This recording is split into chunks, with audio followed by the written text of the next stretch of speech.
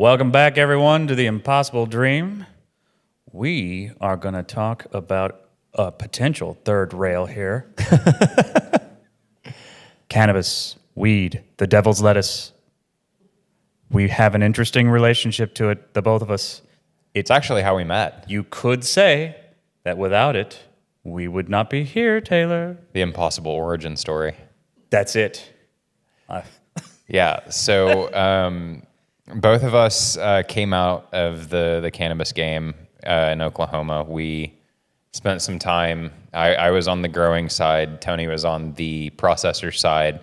So both as consumers of the product, which neither of us do anymore, but consumers and producers, we've certainly got some opinions, I would say, on the state of the industry in Oklahoma, but also kind of at large, and certainly its effects on the populations that consume it. And honestly, it's just a good. This is a question I'm sure that we would get asked at some point, like how we met, how this started, and truthfully, like it's a story that's kind of so crazy that I don't even believe it myself if you told it to me, that these two idiots that ran unsuccessful weed companies would then start a podcast together is kind of hilarious. If you actually, it's not even hilarious. It's incredibly poetic. But one might suggest a connection between drug use and our decision to start a podcast. I'm just saying. Yeah, no, 100%. Well, it's an interesting thing because I've been in it about 5 years, or been at least learning about the cannabis, just the not only the products, the industry, all that.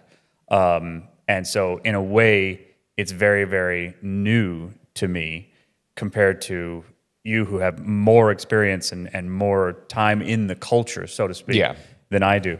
I come at it from the business standpoint of, I looked at this when the opportunity first presented itself to me to get into the cannabis industry.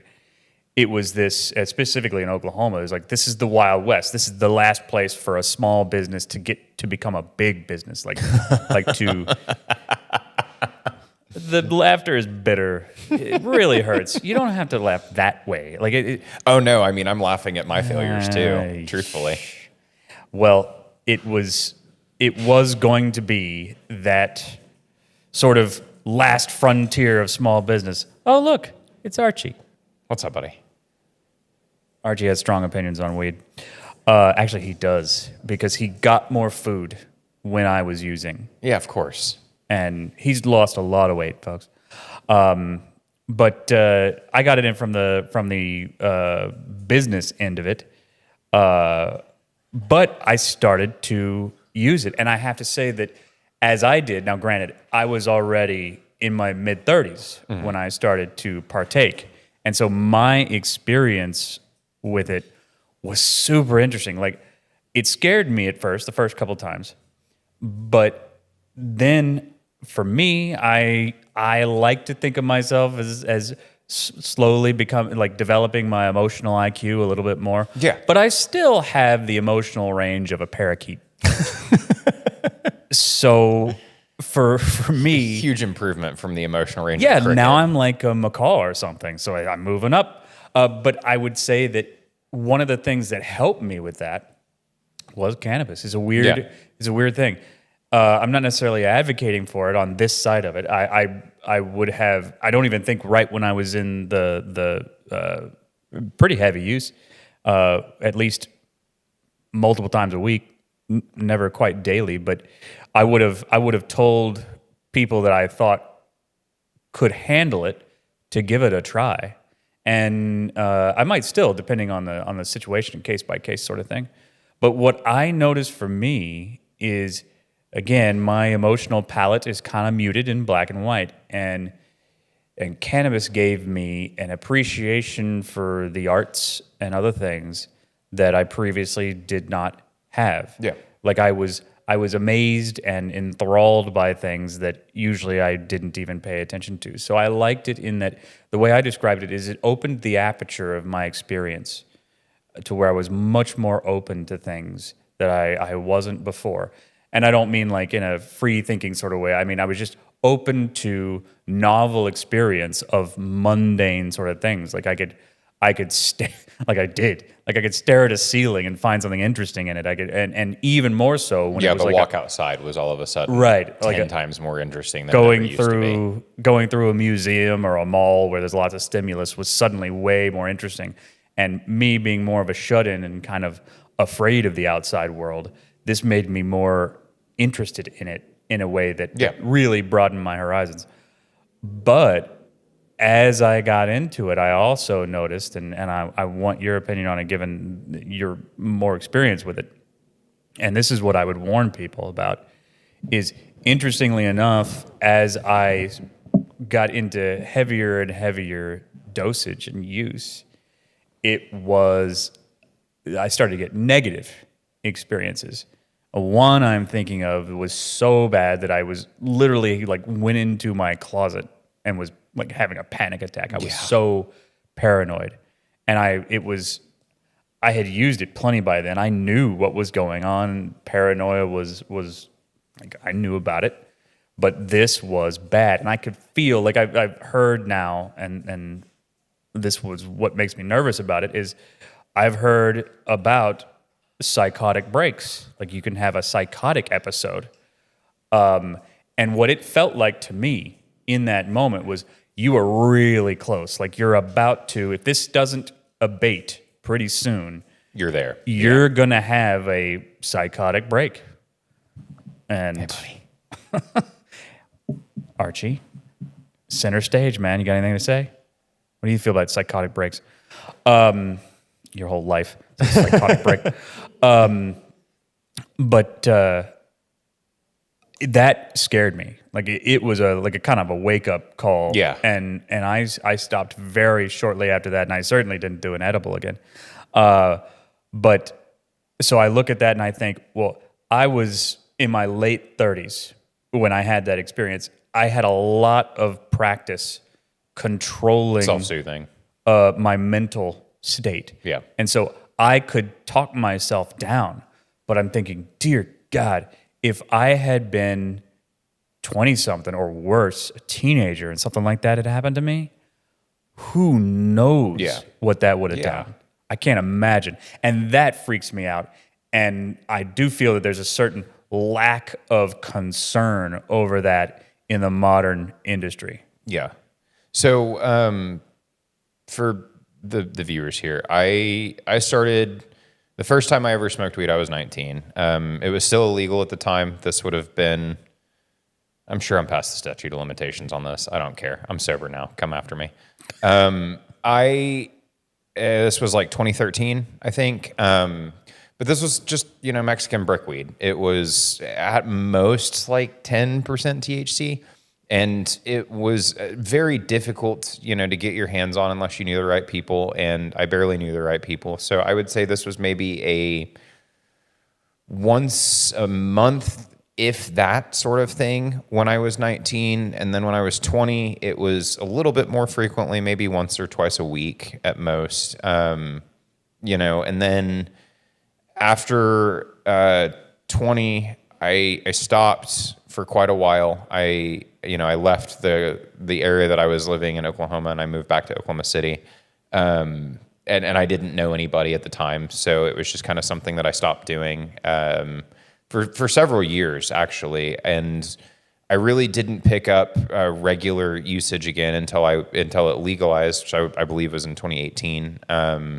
And so from 2018 until really a few months ago, I was a daily user at that point, and it feels kind of weird to admit that, but yeah, it was like every single day. And to begin with, I was smoking just flower, and that graduated to concentrate because I wanted something that was a little bit more pure with a little bit less of a harsh, aftertaste and everything like that. And I will say that even the flower numbers have gotten crazy. When I was growing, I remember getting my first batch of testing back and going like, dude, the lowest thing I've got is testing out at, I think it was like 18%. And the highest thing that we got back from our first run was testing out at 26.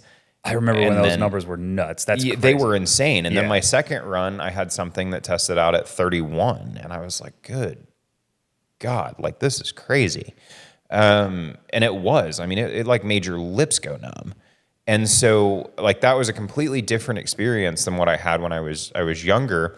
And I think that it was weird because Oklahoma, like I can't speak for California or like any other place that has more of a culture for it. Oklahoma didn't really have a culture around weed. It was like a thing that when I was in high school, for instance, it was a thing that those kids did, but like I wasn't one of those kids. And so I got around it and it was kind of stigmatized, and even I had a sort of dogmatic opinion of it. And then I actually got around people that did it and was like, oh, this really isn't that big of a deal. And at the time it really wasn't, because it was so inaccessible that, you weren't like doing it. You weren't smoking or making edibles or doing whatever all the time. We lived in a state that wasn't legal. So these things weren't just on every street corner until 2018. And you can speak for this in Oklahoma. Dispensaries are on every street corner. Oh yeah, Like they're everywhere. Hit one. Yeah. Like and medical cards are handed out like hotcakes. Like it's super accessible, and that's good and bad depending on who you are. I gave it up because kind of to match your experience, my last week of consuming cannabis was full of paranoia, absolute outright just terror, and that was kind of a new thing for me, and I hated it and I wanted nothing to do with it.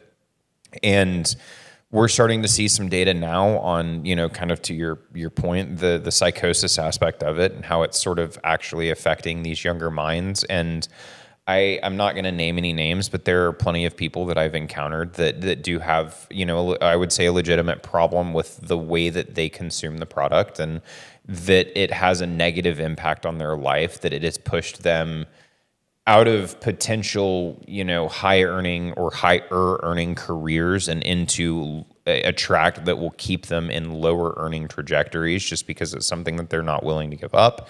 And yeah, I'm sure their argument is that life is unfair and that that's ridiculous and that they should be allowed to just, do their thing. And that's fine. Like I can give some credence to that argument, sure. But like, man, like there are people I know that consume all day, every day. And I was one of those people for a brief period of time while I was in the industry and actively growing. It was constantly around. I needed to smoke my own product to know what it was and how it was and all of this. And plus, I mean, when you've just got weed everywhere around you and all of your business associates are in weed, like what else are you going to do? You know what I mean? Like and I think certainly it's, better than alcohol and a lot of obviously other hard illicit drugs, but I think it's worse than harmless. These are things that I certainly said, when I was 19, 20, 21, like, oh, it's harmless. It's not that big of a deal. Like, and I do think that the opinions that people had in the 90s and the early 2000s were wrong. Like, I think that they were off the mark by a huge margin about how dangerous the product was. I don't think it's a gateway drug. I don't think that if you smoke weed, you're going to all of a sudden, just shift to heroin because weed doesn't do it for you. But what I do think is that it makes you really comfortable in situations that you probably ought not to be comfortable in. And that's different for every single individual involved. But for me, it made me comfortable running a business in an industry that, like, hindsight being 2020, I should have known way sooner than I did was going downhill. And it, I think, affected my ability to make informed decisions on that, certainly. And jury's out for a lot of people. I mean, this is probably going to be one of our more contentious episodes because the fence is split pretty 50-50 on this. There are a lot of people that are like, haha, I told you, like it's bad. And it's like, no. And then there are a lot of people that are like, oh, it's good. It's no big deal. And to that, no, like it's assuredly somewhere in the middle that I think that there are some people that do extract some real benefit from it, that, their lives have significantly improved with it and that they can handle it responsibly. And then there are other people I know that can't exist without it.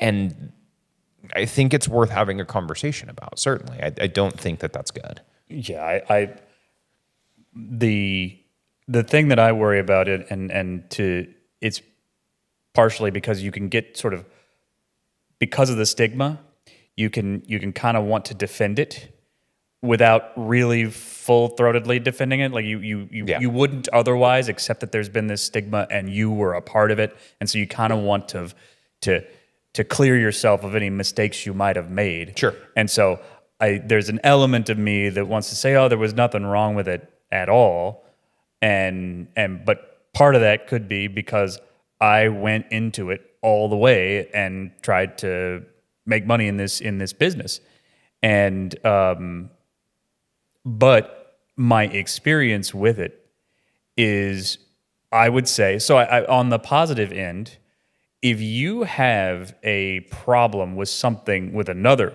substance, and like alcohol, I think, or some other harder, more damaging, or at least physiologically damaging. Yeah. They're still possible. Like heavy weed use might be just as psychologically damaging as something else. Yeah, and harder. it's important to distinguish. We're only now getting evidence Right. on that. Like, So- the data is very mixed. It's going to take a while for it to come out, but I will say what I've seen so far in the preliminary is not great. Right. But I've heard people say that weed saved their lives from something worse, and that, I would say, is probably a better reason to, but we would call that a medical use, not a recreational. Sure. Because at this point, you're using this because you have some other issue, and that's where I would be more likely now, if someone were to ask me, I would do the same thing. Like, well, What's your situation? yeah. I can't knock it for certain situations. And if you're very, very well grounded and older and you kind of have things figured out, you kind of know who you are, Yeah. and you're just wanting a little more like spice to life, maybe. But then it's like, how quickly does this thing end up getting you? Yeah. Like, Well, and to that point, I mean, I've got a couple friends that are in the fast food industry as like owners, and they've mentioned to me several times how they've had this observation that a lot of the people that they're hiring now can't function without being able to, smoke weed while they're working. And that's nuts, because like I worked all these same jobs. I worked at McDonald's, for a year when I was in high school. It was one of the greatest jobs I ever had. I loved it. It was awesome. I had so much fun.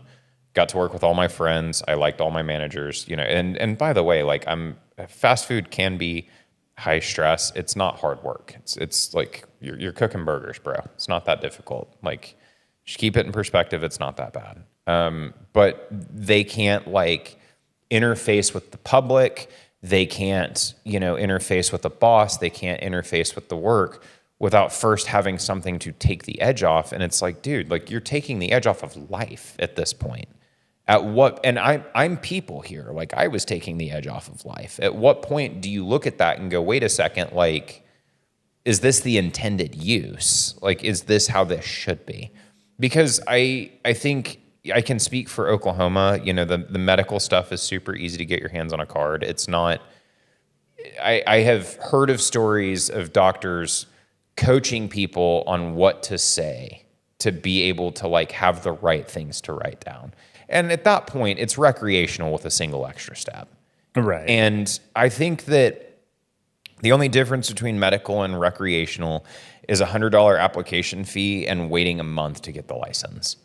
Outside of that, it is everywhere. I'm not joking. It's everywhere in Oklahoma. It is so everywhere in Oklahoma that for a while product was making its way not only into other states, but other countries. I think we had some Oklahoma weed in Hong Kong at one point. Yeah, we did. Yeah. We 100% did. That was tracked all the way back to Oklahoma. Actual thing actually happened from a licensed facility at that. So, yeah, and they were dumb enough to include some way to track it back to them, which is crazy in and of itself. But Well, potheads, yeah, that said, I think we've got, crucify me for saying this, a real problem on our hands.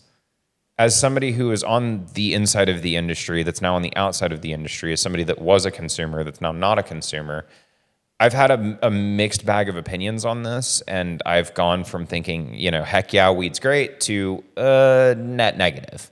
I do have more of a negative opinion than I do a positive opinion that I'm willing to caveat by saying some people, sometimes great benefit, but only some people and only sometimes. And I was not one of them. Like, I got a medical license for insomnia that I don't have anymore because I fixed my sleep schedule and started acting like an adult, for anxiety that was largely based around life not going my way, that has for the most part resolved itself. Like, and the doctor, it was super easy. It was like a video Skype type conference. It took, I'm not joking, 30 seconds and $100, and boom.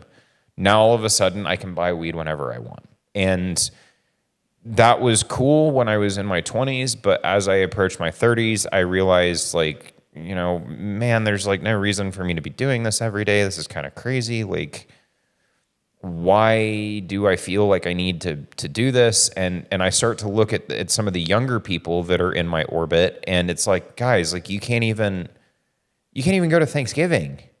You can't even go around people that you've been around your whole life. And you'd think you'd want to go to Thanksgiving because of all the damn food, but no, you can't even do that. But I wonder, because this is not so much. You could say that it is a health concern, but we've talked about this before. There is a certain apathy that it brings, a lack of ambition. Yeah, that I think has really bad, like, societal order effects that are a problem. Yeah, specifically for young people. I'm not even going to knock anybody. Like, I'll talk about myself here for a second. It makes it really easy to justify not working out. It makes it really easy to justify not eating healthy. It makes it really easy to justify sitting down and doing nothing but playing video games. And it's like, that's great if you're, not somebody that's trying to move forward through life and make progress. But, like, if you are, and that's all you're doing, like, life is lived, doing whatever you have to do just to get to the time where you can sit down, get high, eat chips, and play video games. Are you actually living, or are you just existing? And that sucks. Like, I had this conversation with myself in the mirror, and I realized, like, bro, if you met yourself, because I was heavy into bodybuilding from the time I was, 19 to about 25. And I realized, like, if 22-year-old you met you today, you would call yourself a loser. And that hurt. Interesting. And like, the weirdest thing is, normally wisdom works the other way, where, like, the 31-year-old calls the 22-year-old a loser. But 31-year-old me had enough wisdom to realize that 22-year-old me was right. And, like, what do you do with that? You know what I mean? Like, at that point, it's like you kind of have to stop, because you've now realized that a version of yourself correctly identified that these are decisions that do not benefit you. Right. And that when you find that it's in your way, you got to get rid of it. And it was, for me, 100%. It was 110% the brick wall between me and whatever was next for me. And you start to think, like, my wife and I are, actively in the process of getting ready to have kids and all of this stuff. And it's like, what do I want them to see? Like, do I want them to see me beholden to this vice that I'm just constantly, like, I can't get away from it? Like, daddy just can't wait to get home to, like, go into the garage for 20 minutes and come back, and then he's not in a good mood until he comes back from the garage. Like, that's a habit that they're going to pick up on immediately. And eventually they're going to be old enough to ask a question. Eventually I'm going to have to explain it. What kind of example do I want to set? Because I'm not trying to demonize the product as a whole, but I do think that we have developed as a nation a problem with this substance in telling ourselves it's completely harmless. I don't think it's as harmful as other things could be, and it's definitely not as harmful as we maybe once thought it was, but it is certainly more harmful than nothing at all. Right. It is not the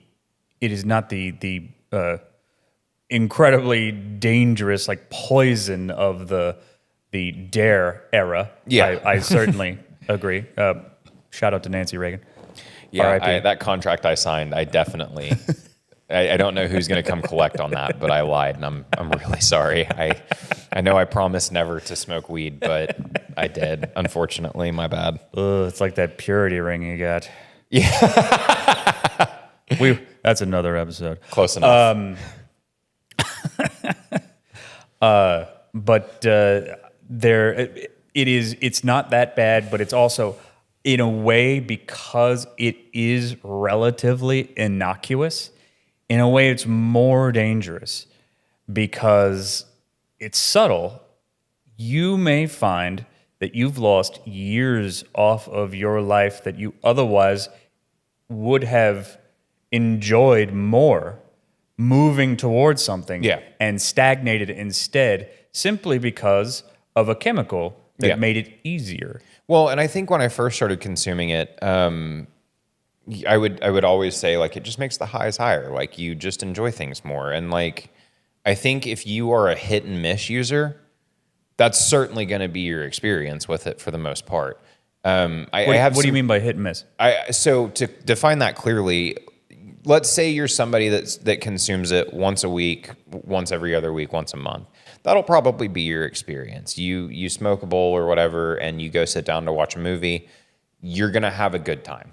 Like sure, that's totally like if you're, let's call it, a social or a recreational user of cannabis. Like as long as you're doing that, I don't think that you're gonna have a ton of issues with anything. But like the reality of this is that's where I started, and it becomes really, it's the slope is so slippery. Like eventually you want more of that. And my realization on the other side of like sobering up from it has been that I enjoy life now just as much as I enjoyed life high. Like the high that I was chasing that I could never quite get of like, man, music sounds great, and like this movie's awesome, and like this is just a really beautiful day. Like I feel that way sober now. And it's weird because like I would smoke and then I'd go to sleep and I'd wake up the next morning and be like, man, I had the best sleep ever. No, I didn't. It thrashes your REM sleep. It destroys it. Like we do have data on that. Interesting. And anecdotally, I can tell you that like the first couple days after cessation, I realized, holy shit, like I don't have insomnia. I'm maybe not as low T as I thought I was. I wasn't getting REM sleep. God, I haven't felt this rested in forever. This is nuts. This is crazy. Like, wow. I stopped dreaming while I was, smoking weed, and now I dream again, which is weird, and I hate it, and I wish it would stop. But like, whatever, if that's the price that I have to pay for getting actual, decent deep sleep, then I'll take it. But man, like I just have started to enjoy food more. I've started to enjoy, not to be weird or anything, sex more. Like it's made life in general way better. And it's like, okay, well, if it's making life better without it, like what was this muting me? What was this muting me from, I guess I should say. Like how was this dulling my senses? And I think that as more and more data starts to emerge, we're probably going to see a trend there. I don't think that I will end up being an outlier. And again, it's like anything else. If you were somebody that like goes out with your friends and has drinks, let's say once a month, are you going to develop cirrhosis of the liver? Well, I'm not a doctor, but almost certainly not. Right. Not from that, at least. But if you're somebody that goes out and does that once a day, yeah, almost certainly so. Like if you do everything that comes with drinking socially all the time and you eat like crap all the time, yeah, almost certainly you're going to have some problems with this.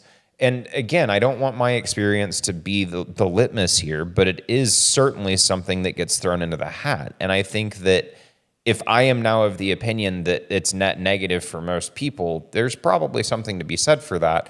I was a infrequent user. I was a chronic user. I've been everywhere in between, and it got to a point like I have been the smoke all day, every day guy. I have been the smoke at night the whole time I'm at home once I get done with my work for the day. I have been the guy that smoked, once a month, once a week. Like I have been kind of everywhere along the spectrum. And I'm here to tell you that like once it got to a point where I was at daily use, even if it was just at night, it started to destroy my life. Easily. I can easily say that. Like, I became lazy. I became apathetic. I became a version of myself that I didn't recognize. And that's my concern for people is I wouldn't have had the insight at 18 to recognize that. That's the age that you can get a medical card in any state in the union that I'm aware of, but certainly the state that I was operating in. So what 18-year-old do you know that, or have you met, or yourself, for instance, could you say confidently that at 18 years old, they're capable of drawing that line in the sand and going, wait a second, this could become a problem? I would never. I'm so glad that I was too chicken shit to try it when I was younger. I'm glad it was illegal, bro, because it would no. have been a massive problem for me. That Like young. I really, it worries me to think about what I would have been like, knowing myself. Yeah. What I would have been like if I had, and where I would be or not be, if I had that earlier on. Not to mention the scary idea that and again, these numbers are preliminary. We'll see. It could just be that cannabis use is just, but this is already bad enough.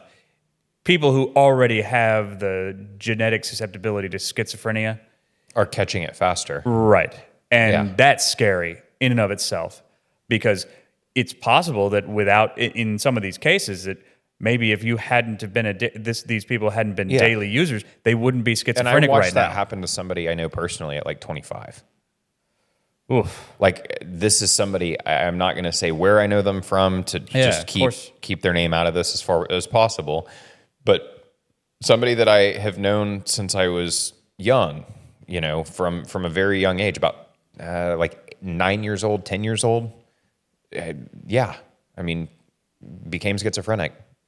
And granted, like, jury's out on whether or not he was predisposed, but not saying that weed caused the schizophrenia, but it's possible. Maybe it might have stepped on the gas. Right. And that's I scary. think the scary part about it here is, like, there is reasonably conclusive preliminary data that is almost assuredly the case. And I'm willing to be wrong. I will walk this back the second that I am. I am an evidence first kind of guy, but from everything that I've seen on this so far, it's not looking great. And that's the thing is, like, I approach this from a I want weed to be good standpoint. So I view myself as a changed opinion, not as a hater. I've never been a hater of it. I've always thought it wasn't that big of a deal. It's just when we're getting to a point where, like, again, speaking about myself, like, when the lowest concentration stuff that I've smoked in the last, let's say, 6 years was 62% because I was smoking concentrate, like, at what point do we acknowledge that that's a tremendously crazy high amount of THC compared to the 8 to 9% stuff that I was able to get my hands on when I was a teenager? Correct. Like, that's crazy. That's nuts. Well, and like, I'm sitting here hammering through this all night, every night, like it's no problem functioning, when if you had put that in front of me at 20 years old, it would have smoked me. Yeah, you would have been catatonic. Yeah, I would have been catatonic for a day. And I'm like sitting here going back multiple times because it's just still not enough. It's like you do develop a tolerance to it. It is like anything else. Your body works on negative feedback. The more of something it gets, the less of something it needs. Or excuse me, the more of something it gets, the more of something it needs in order for that itch to continue to be scratched. And so realistically, the standard for THC concentrations has continued to push up. This is not the weed of the 80s, the 90s, and the early 2000s. We are dealing with something completely different entirely. Numbers is what ran the Oklahoma market. I know that other markets are different, and I'm not going to speak on them, but in Oklahoma, because there was no culture, it was how much THC can I get and how little money do I have to spend to get it? But in general, across the board, potency is up. Yeah, nationally. Massively. So I mean, it just, in my experience being around growers and growing, which has been, let's say, about 7 years. I mean, I've been out of it for a while now, but in 7 years, I mean, we've seen the numbers pump from the low 20s to the low 30s. And from the early 2000s to now, or to 2020, I should say, we saw it jump from the low teens to the mid 20s. So at what point do we acknowledge that maybe there's some, let's say, downstream effects to that? Oh yeah. Well, and now that you can get in effect, through the chemical processes, you can get in the 90s of potency. Yeah. And that's, I mean, that is some And those aren't grade outliers. weed. That's like, if you're looking at the top of the mid shelf to the top shelf product for concentrate, that's the standard. Yeah, it's ubiquitous. You can find that anywhere. You walk into any dispensary that sells concentrate and you'll find that. Yeah. It's everywhere. And so I've heard, I had a guy brag to me the other day that he like takes, 1,000 milligrams and goes fishing. And it's like, bro, how do you not meet God? Like, you take 1,000 milligrams and you fish? My brother in Christ, why? Like, I would take 100 and be on the moon while I was hiking. You're taking 10 times that and functioning? I don't know, man. That's crazy to me. That's scary. Like, yeah. Yeah, I would be freaking levitating, and very nervous about it. I would be rocking back and forth crying. Which I have also done. Like, I'm not too much of a man to admit that. That would put me in a corner terrified at my own existence. Like, that's existential dread territory. And that's, but I guess to try to, nobody in their right mind should be doing that level. And if you have to do that much to get the fix, that's when you know you got a problem. But I guess what I would say is my opinion on it has changed now to the point where I would say that young people and anybody still in their career, like if you want your career to go places, if you want to have the energy to and the willingness to be aggressive and ambitious, weed is dangerous. Even I would say if you're older and have more leisure time and are not have an addictive personality, Yeah. Important keynote then weed is probably okay, and in fact may even broaden your artistic horizons. Sure. But what's interesting is even now that I've stopped completely, my love of the arts is still there.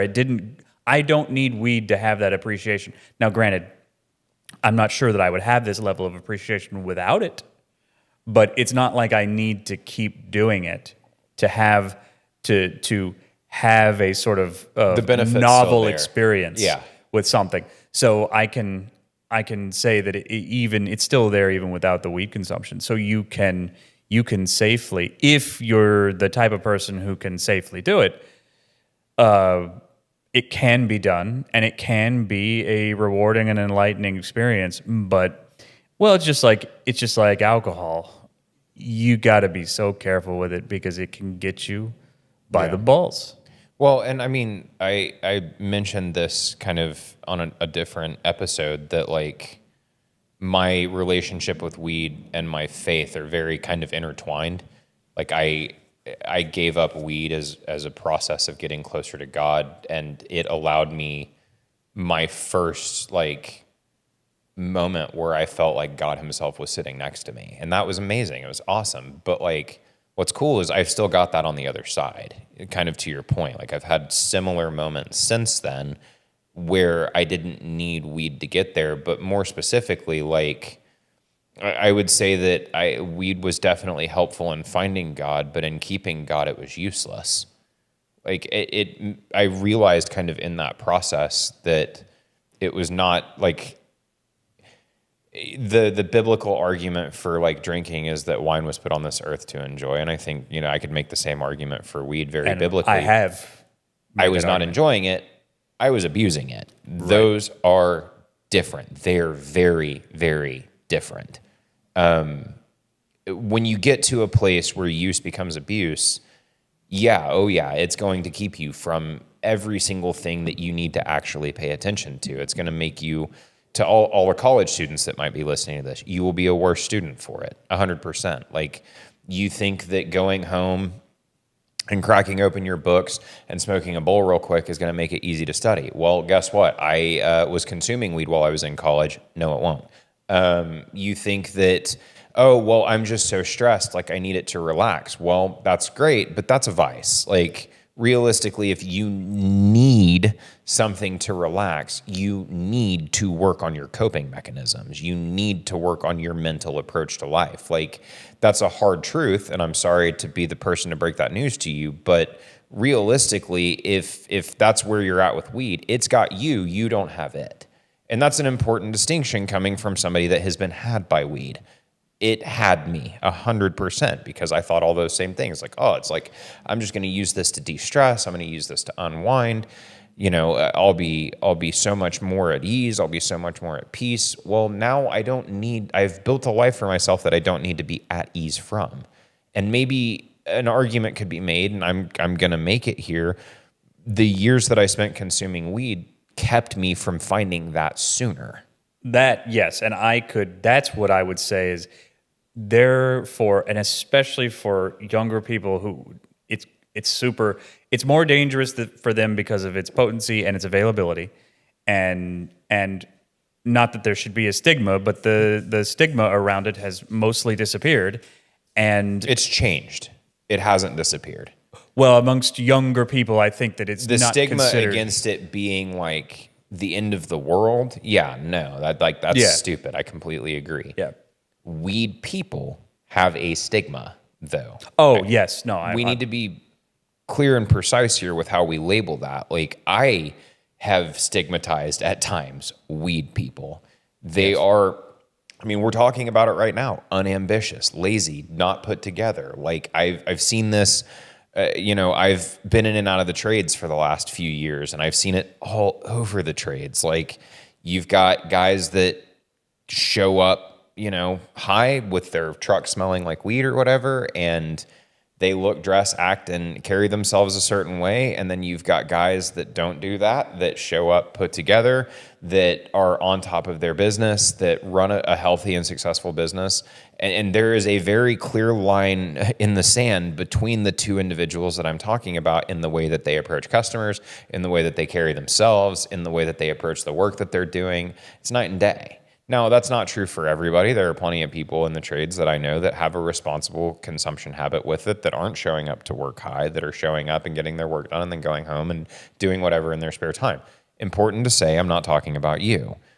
I'm talking about people that are dependent upon it to get through their day, that wake up, roast a bowl, 7 o'clock in the morning. It's the first or second, like, you take your morning piss, you go brush your teeth, or you go do whatever, and then you roast a bowl before you do anything else. Like, bro, come on, man.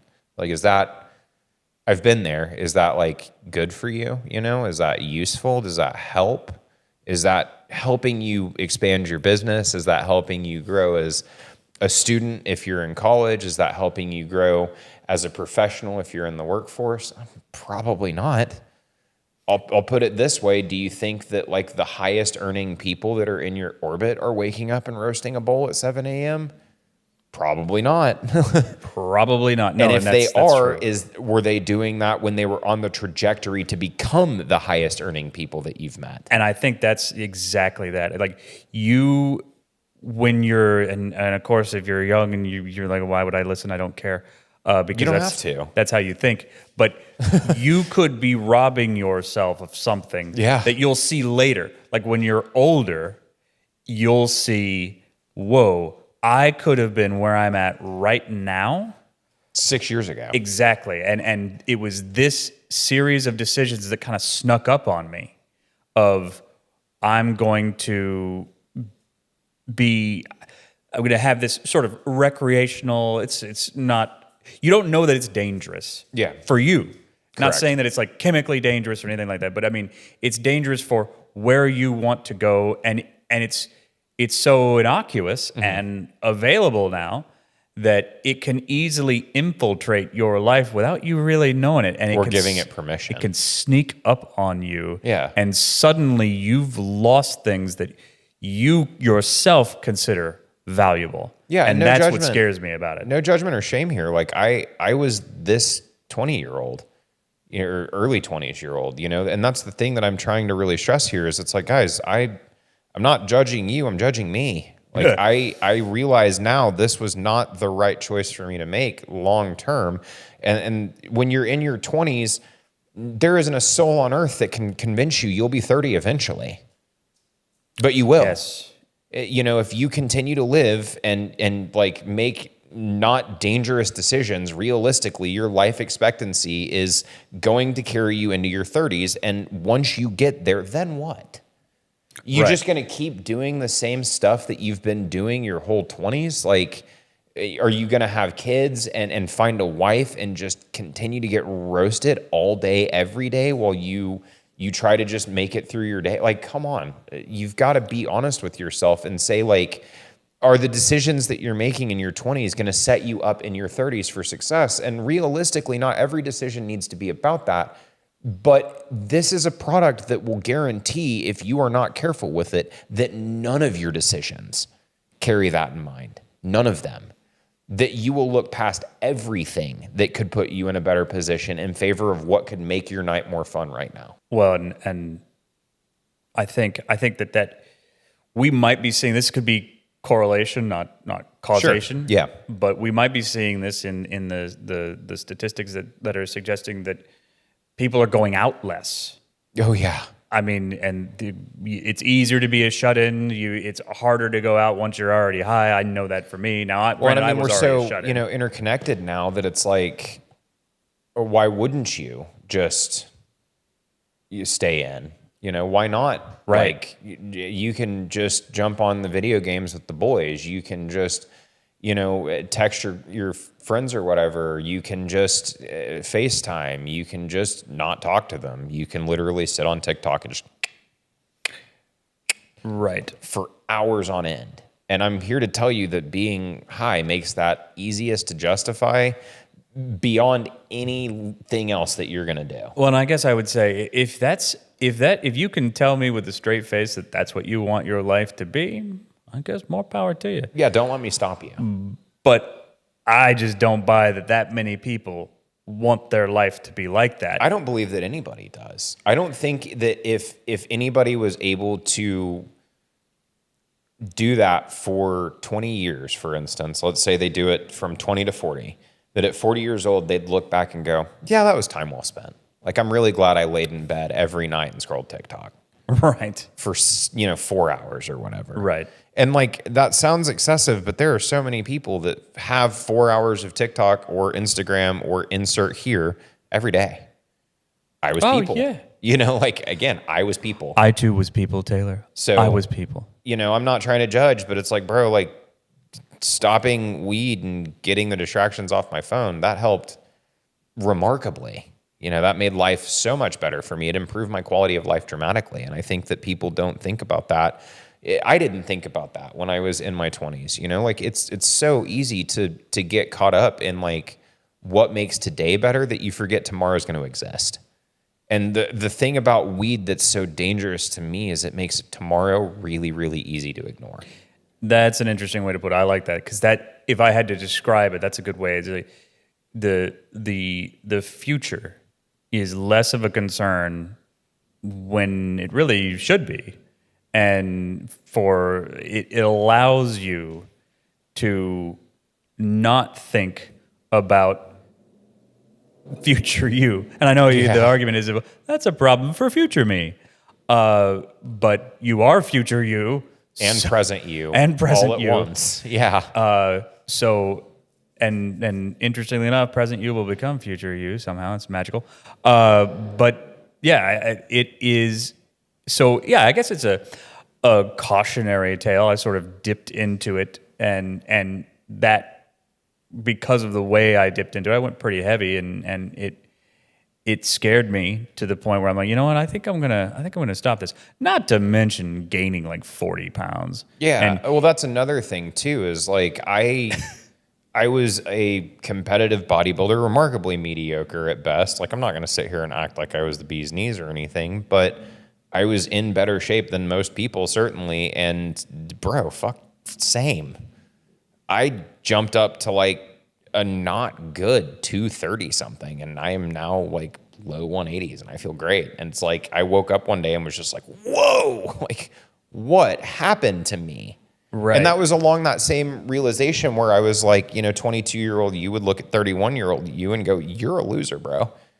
And part of how I had let myself go was along that thought process. And I'm not saying everybody needs to be jacked, but I am saying that when life becomes a game of convenience because you're so high that you don't want to get out and do anything, so that bag of chicken strips starts to look really good and that bag of Doritos starts to look really like, that's not good for you long term.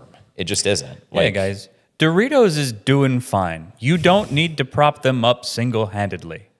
They're doing just fine. Yeah, they'll be fine without you. Yes. And that's the thing. Like, people don't, when you're in that state of mind, it's really easy to lose the forest and the trees. I'm sensing a pun. I feel like there's a pun here. No punchline. Okay. Just like, seriously, you can lose sight of what you're actually aiming at because you're so engrossed in where you're at right this second.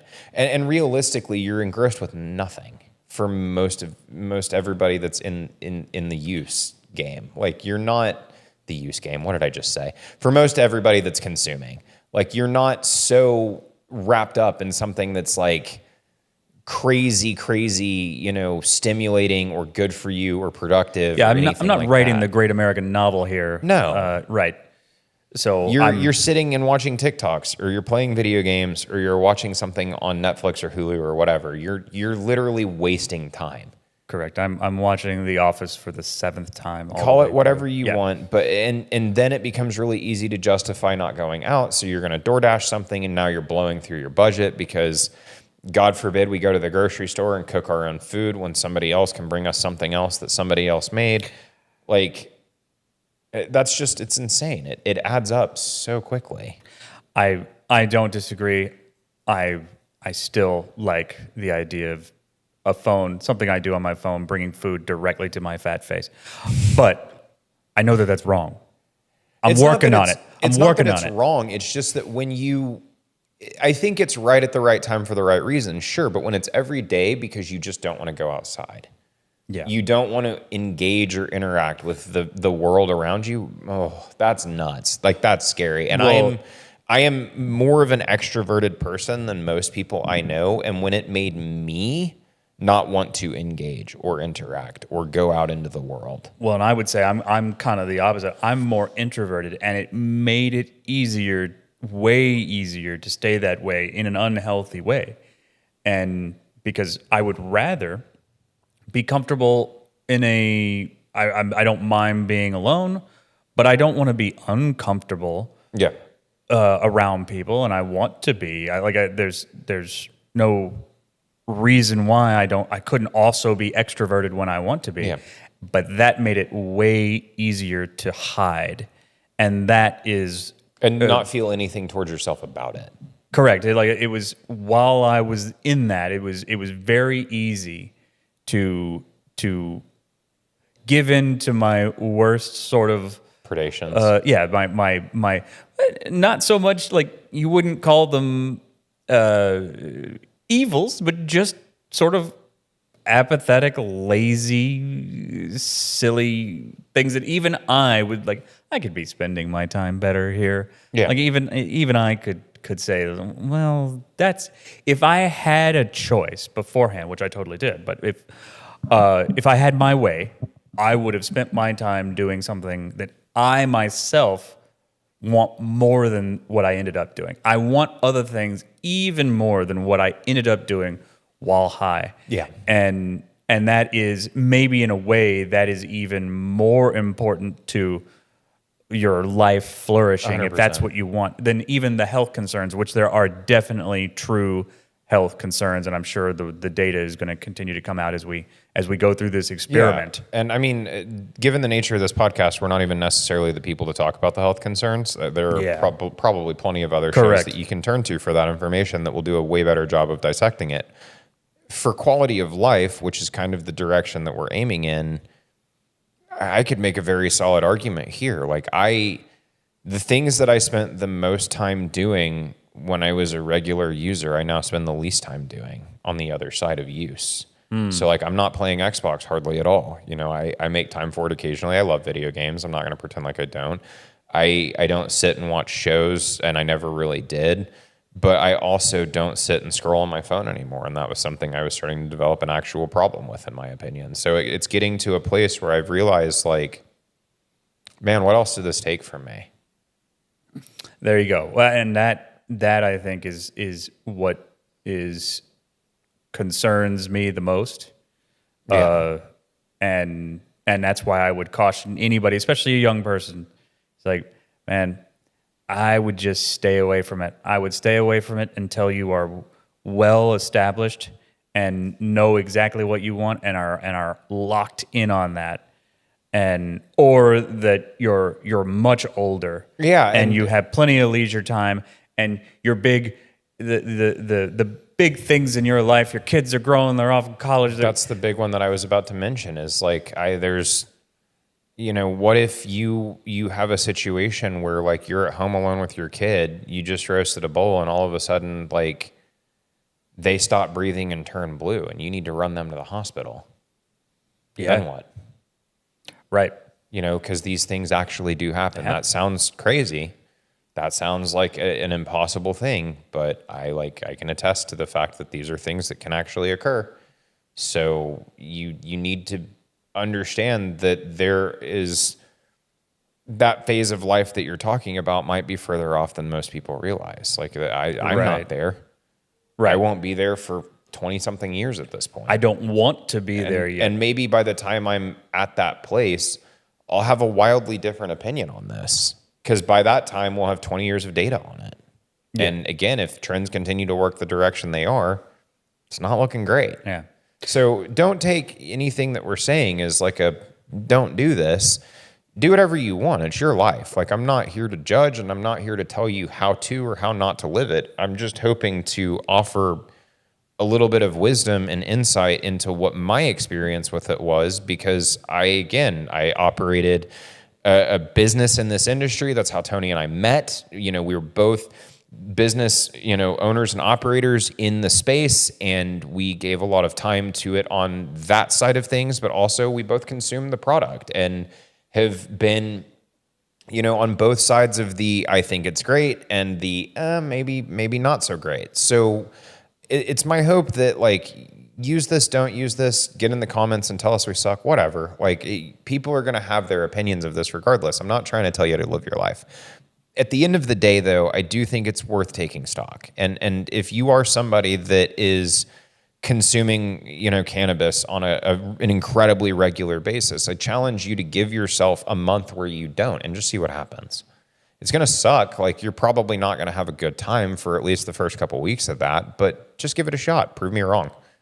Then come back and say, hey, like you guys were wrong in this and that and the other. And you'll actually have a leg to stand on and be taken seriously, because until you quit and see what your life looks like on the other side, you're not going to have a point that I'm willing to take seriously or that he's going to be willing to take seriously, because both of us have been on both sides of it. And I think that the perspective that we're offering here, you only really get on both sides of the issue. So take it, don't take it, do whatever you want with it. I just, especially if you're young, I caution you greatly, like be careful, because what sounds like something that's fun and social and meaningless and mundane, speaking from experience, can grab you by the balls very quickly.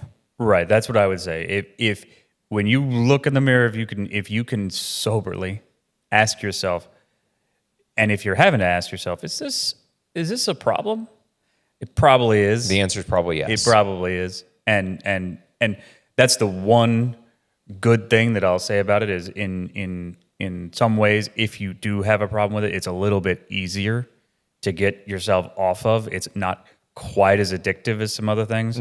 But in a way, that's also part of the danger, is that it can sort of, like we said earlier, just kind of infiltrate your life and you don't really realize. Whereas another, like substance abuse, alcohol, you're going to have some physiological things that are harder to ignore. And weed can stick with you longer and and ruin things that you really don't realize that it's ruining in a way that for somebody with a drinking problem, you probably is really ruining your life in a kinetic way. And weed is softer, and so it could sneak up on you. So it's caution, and I caution would be what I would say to anyone.